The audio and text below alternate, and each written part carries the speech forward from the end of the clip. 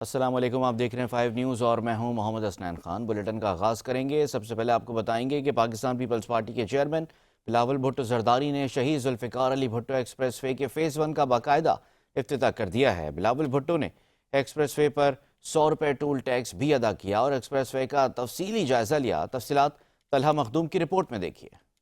سندھ حکومت کا کراچی کے شہریوں کے لیے تحفہ، ڈیفنس سے شاہ فیصل جانے والوں کے لیے ہوا سفر آسان۔ شہید Zulfiqar Ali Bhutto express way phase 1 کو شہریوں کے لیے کھول دیا گیا۔ چیئرمین پی پی بلاول بھٹو زرداری ایکسپریس وے کے افتتاح کے لیے پہنچے، جہاں انہوں نے خود اپنی گاڑی ڈرائیو کی اور ایکسپریس وے پر 100 روپے کا ٹول بھی ادا کیا۔ اس موقع پر وزیر اعلیٰ سندھ سید مراد علی شاہ بھی گاڑی میں موجود تھے۔ ملیر ایکسپریس وے ایک جدید ترین تیز رفتار کوریڈور ہے۔ اس کی کل لمبائی 39 کلومیٹر ہے۔ یہ منصوبہ کورنگی کریک ایونیو سے شروع ہو کر ملیر ندی تک پھیلا ہوا ہے۔ ملیر ایکسپریس وے منصوبے کی کل لاگت 55 ارب روپے ہے۔ سندھ حکومت ملیر ایکسپریس وے کے لیے تقریباً 32 ارب روپے فراہم کر رہی ہے۔ پبلک پرائیویٹ پارٹنرشپ، کمرشل بینکوں اور ترقیاتی مالیاتی اداروں نے 23 ارب روپے کا حصہ ڈالا ہے۔ شہید ذوالفقار علی بھٹو ایکسپریس وے کی تکمیل سے نہ صرف سفر کی سہولیات بڑھے گی، بلکہ اس سے اقتصادی ترقی کے